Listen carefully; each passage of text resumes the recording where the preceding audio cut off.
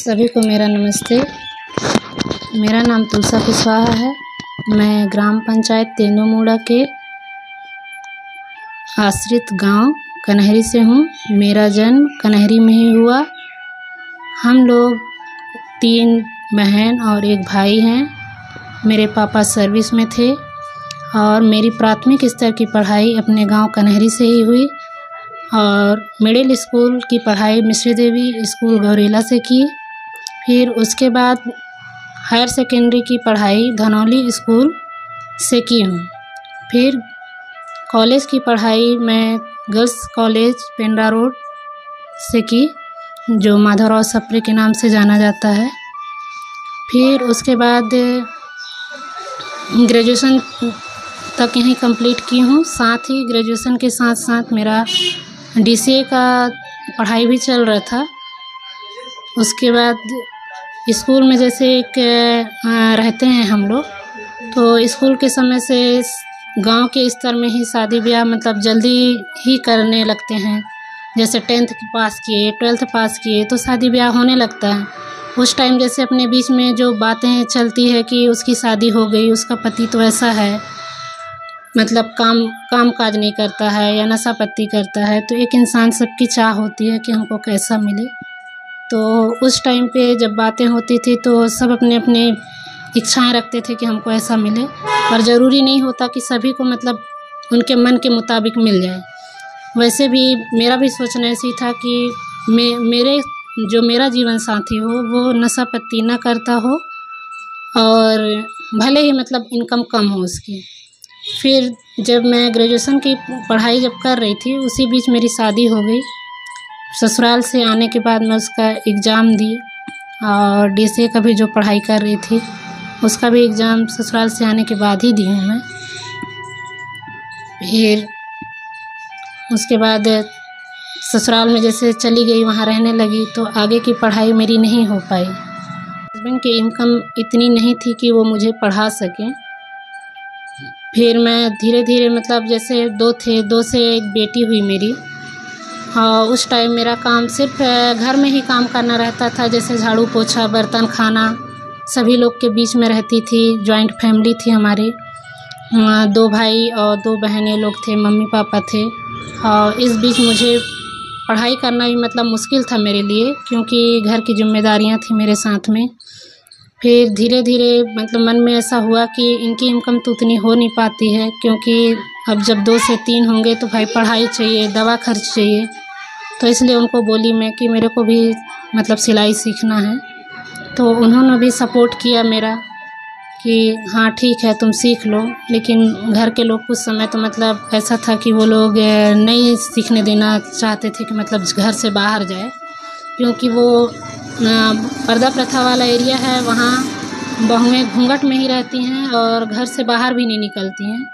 इसलिए मेरे को वहाँ मतलब नहीं निकलने देते थे बाहर। फिर धीरे धीरे मैं गई वहाँ, सिलाई सीखी। 1 साल का डिप्लोमा का कोर्स की।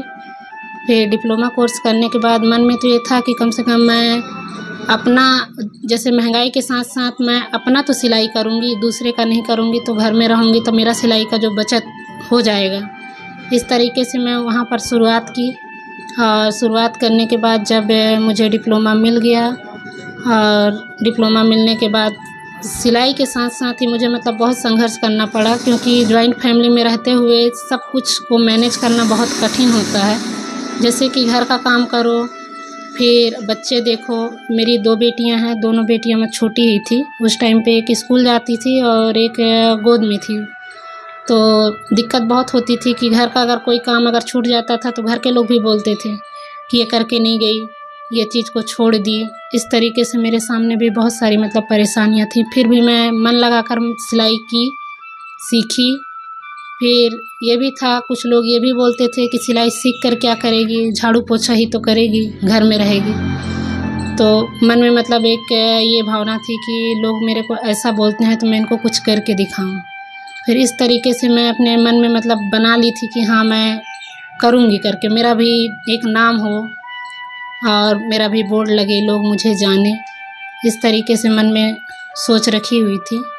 फिर धीरे धीरे हम लोग का जो ससुराल एरिया है वो अतिक्रमण वाले क्षेत्र में था, तो उस घर को मतलब तो उस इलाके को ही मतलब तोड़ने के कगार पे सरकार थी।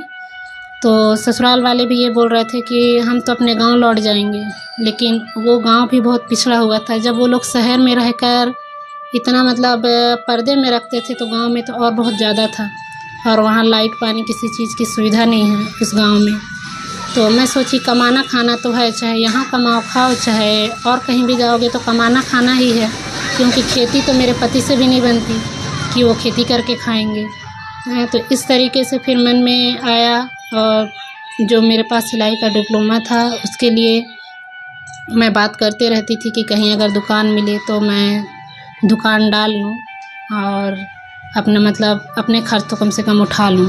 इस तरीके से फिर मैं अपने ससुराल से मायके आई, उस बीच मतलब घूमने के लिए मैं आई थी यहाँ, लेकिन एक दुकान जब मिला मेरे को तो उसके बारे में पता किए। बोले कि पगड़ी अगड़ी लगेगा दुकान में, तो बोलते हैं कि नहीं कोई पगड़ी नहीं है, किराया बस देते जाना और कर लेना, क्योंकि उस समय इनकम भी तो हमारे पास नहीं थी कि हम पगड़ी दे सकें, सिर्फ किराया बस देकर कर सकते थे। तो इस तरीके से दुकान भी मिल गया और मैं करने भी लगी सिलाई यहाँ पे। और सिलाई करते हुए फिर 1 साल में सिलाई की। दूसरे साल जैसे सिलाई कर रही थी उसी बीच पे मतलब जिस दिन मैं शुरू की थी सिलाई, तो दूसरे दिन से मेरे पास कपड़े आना शुरू हो गए थे। फिर 2-3 दिन के बाद लड़कियां भी आना शुरू हो गई। इस तरह से मेरे पास पहले 1 मशीन थी, 1 मशीन से 2 की, 2 से मेरे पास 7 मशीनें हो गई। और फिर उसके बाद दूसरे साल में वो जनरल का दुकान डाली उसी में। फिर धीरे धीरे प्रोग्रेस करके तीसरे साल प्रिंटर रखी। इसी तरीके से मैं काम को अपने आगे बढ़ाते गई, और बढ़ाते बढ़ाते जब 2019 हुआ तो 2019 में जब बिहान योजना हमारे क्षेत्र में आया तो उस समय ICRP राउंड चल रहा था हमारे क्षेत्र पे। तो वहाँ पे किसी के माध्यम से मुझे पता चला कि समूह तो तुम्हारा भी बना है, आकर इसमें रजिस्ट्रेशन करवा लो। फिर मैं गई वहाँ रजिस्ट्रेशन करवाई, उसमें मतलब अपने समूह को जुड़वाई बिहान योजना में। फिर वहाँ जुड़वाने के बाद क्या बोलते हैं नाम जब उसमें जुड़ा हम लोग का, तो बिहान योजना में जुड़े जुड़े मतलब बहुत सारी चीज़ों का पता चलते गया। और उसमें ये भी हुआ कि मतलब गांव को एक देखने के लिए महिला चाहिए जो अपने पंचायत में समूह बना सके और समूह मतलब तैयार कर चला सके समूह को। तो इस तरीके से मुझे उस पंचायत में सक्रिय महिला के रूप में मतलब चुना गया। फिर मैं भी अपने मेहनत से पीछे नहीं हटी और अपने सिलाई का भी काम कर रही थी, घर में बच्चे देखना, सिलाई करना, और ये फील्ड करके महिलाओं को समझा कर मतलब समूह के लिए तैयार करना। एक एक करके मैंने 8-9 समूह बनाए अपने पंचायत में, और उन्हें जो भी लाभ समूह से मिल रहा है वो लाभ दिलवाई। और इसी तरीके का काम करते करते मुझे जब मतलब ये हुआ कि आखिर समूह के मानदेय से ही मतलब घर तो नहीं चल सकता है, और उस समूह के मानदेय को मैं निकालती नहीं थी, वो इकट्ठा कर रखी थी कि शायद कुछ काम मैं इससे कर लूँ। इसी तरीके से जब ये हुआ कि मुझे कुछ बिजनेस भी करना चाहिए, क्योंकि आज तो मैं सिलाई कर रही हूँ, अब आगे चल के ना मेरे पति सिलाई करेंगे ना मेरे बच्चे सिलाई करेंगे, तो मैं इन लोग के लिए मतलब कुछ बिजनेस ऐसा तैयार कर दूं ताकि अगर कुछ हो जाता है तो मेरे बच्चे मेरे पति क्या करेंगे, तो कम से कम कोई सा बिजनेस जो ऐसा होगा जिसमें लग कर ये काम को कर सकते हैं करके।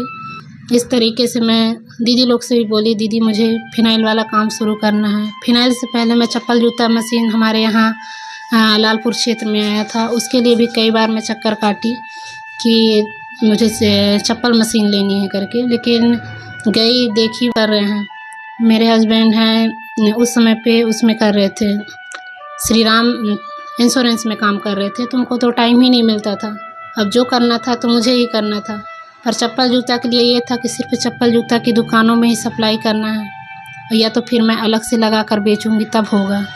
लेकिन ये चीज़ ठीक नहीं लग रहा था, समझ में नहीं आ रहा था कि मैं कैसे करूं इसको।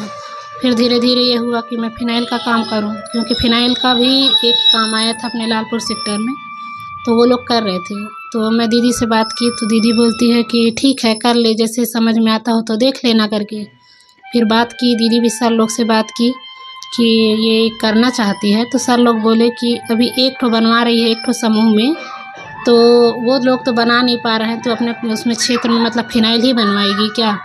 ऐसा करके जब सर लोग बोले तो फिर मेरे अंदर एक जिद आई कि सर तो ऐसा बोल रहे हैं लेकिन मैं करके दिखाऊंगी।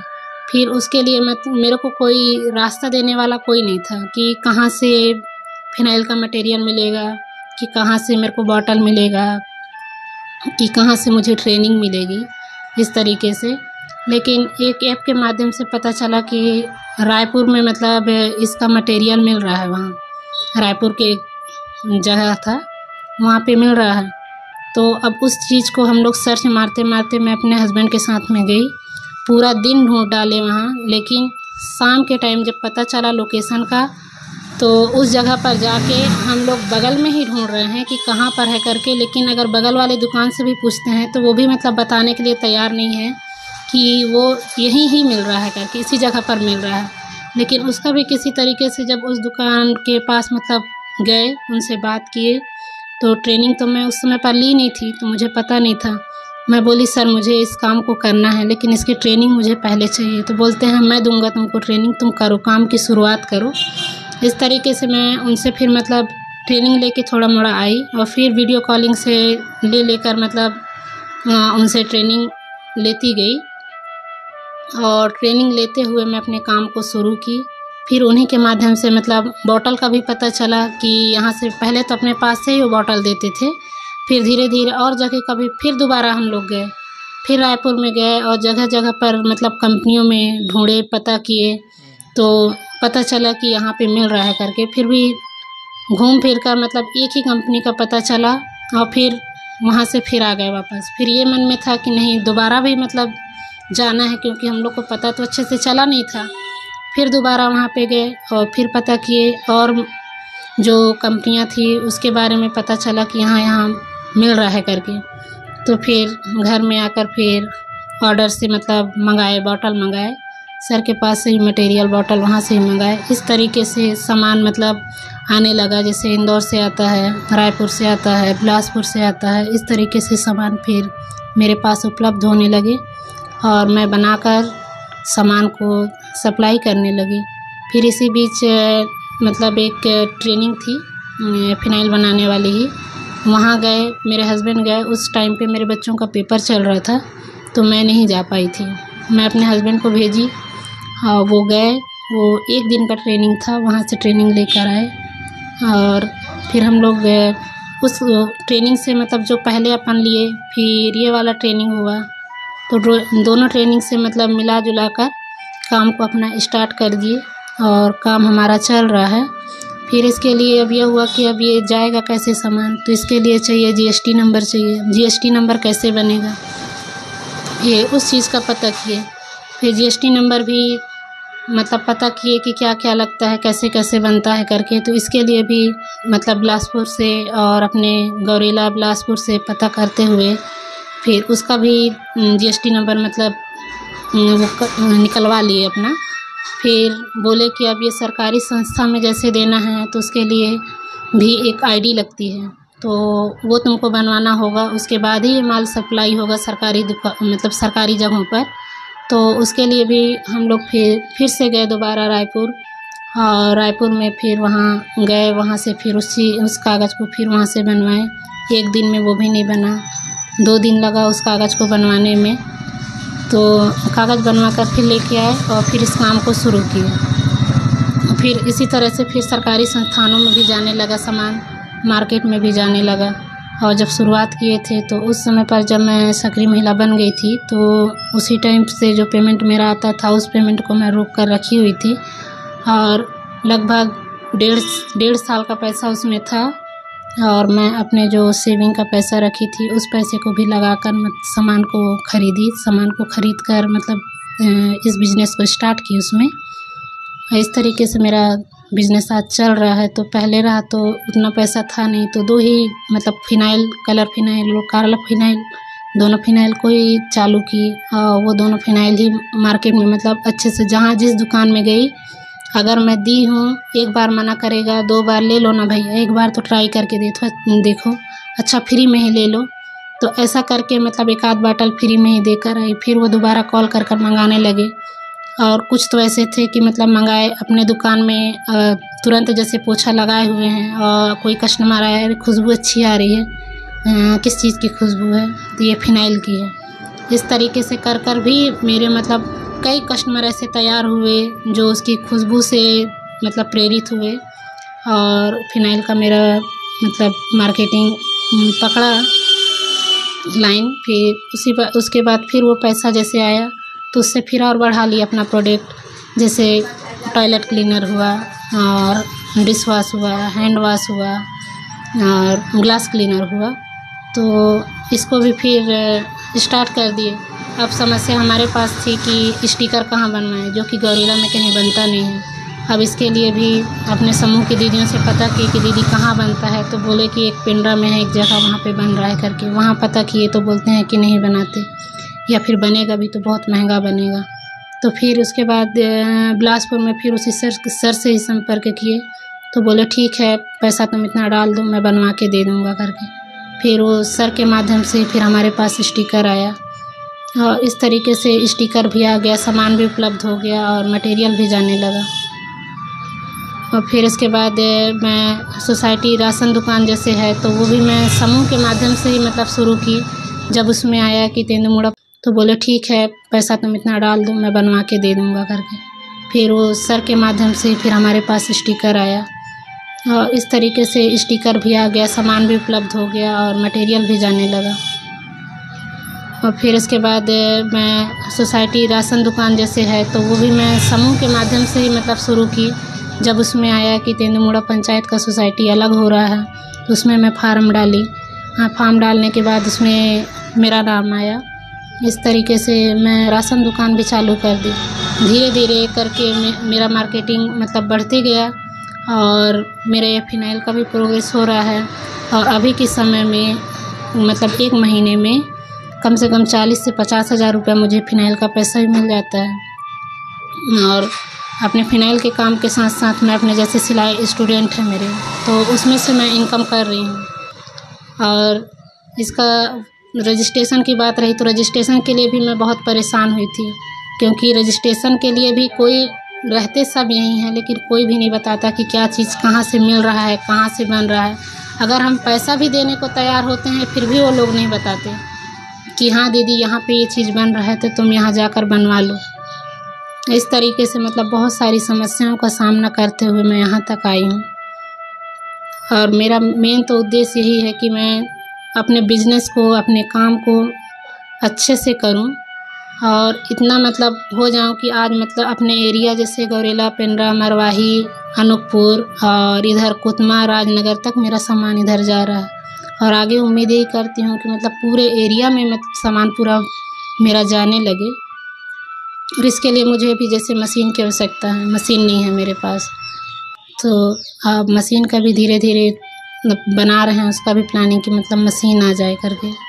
और मैं अपने जैसे मेरे पापा सर्विस में थे तो अब उनके नाम से ही तो मैं पहले जानी जाती थी कि हाँ उनकी बेटी है। लेकिन अब आने वाले समय में मैं ये नहीं चाहती कि मतलब कोई उनके नाम से मतलब मुझे बुलाए। और अभी तक मैं अपना इस तरीके से मतलब बना चुकी हूँ अपनी पहचान कि जहाँ भी जाती हूँ तो जो जिस माध्यम से जानता है मुझे कि वो सिलाई सेंटर वाली दीदी जा रही है, या तो फिर वो फ़िनाइल वाली दीदी जा रही है, दीदी मेरे को इसे सिखा दो, या मेरा कपड़ा सिलाई कर दो, या मुझे फ़िनाइल पहुंचा दो। इस तरीके से मुझे जाना जाता है। और मैं अभी जब लखपति दीदी का चल रहा था तो उसमें मुझे समान प्रमाण पत्र भी मिला है। मैं लखपति दीदी में आ गई हूँ, क्योंकि उसमें तो यही है कि इंसान लाख रुपए साल में देखता है, यहाँ तो मैं 2-3 महीने में ही लाख रुपए कमा ले रही हूँ।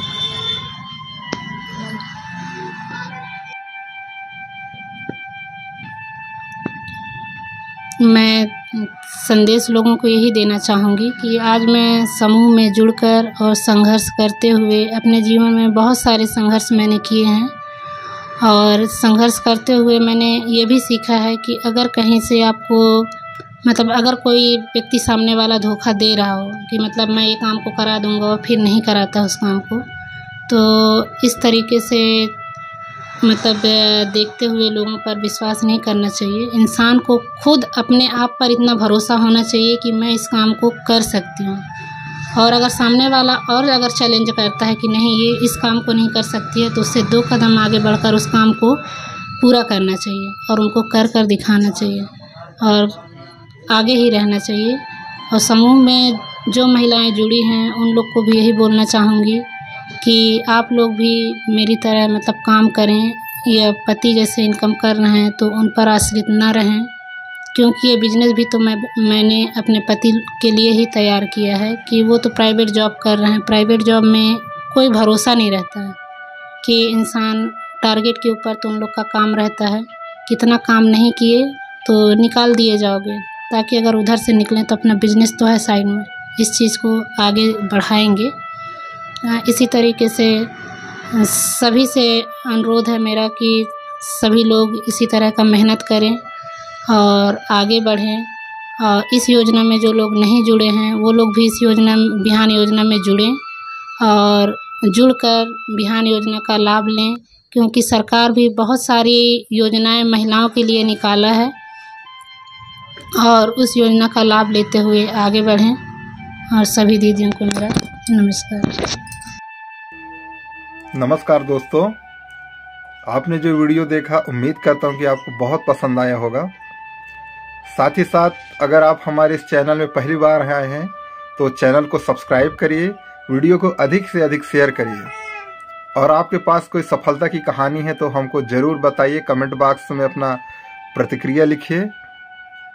और अगर आपके पास ऐसी कहानी तो हम उसको ज़रूर शेयर करेंगे, और ऐसा ही प्यार बनाए रखिए। आगे हम जो है अच्छे से अच्छे वीडियो लाते रहेंगे। तब तक के लिए धन्यवाद।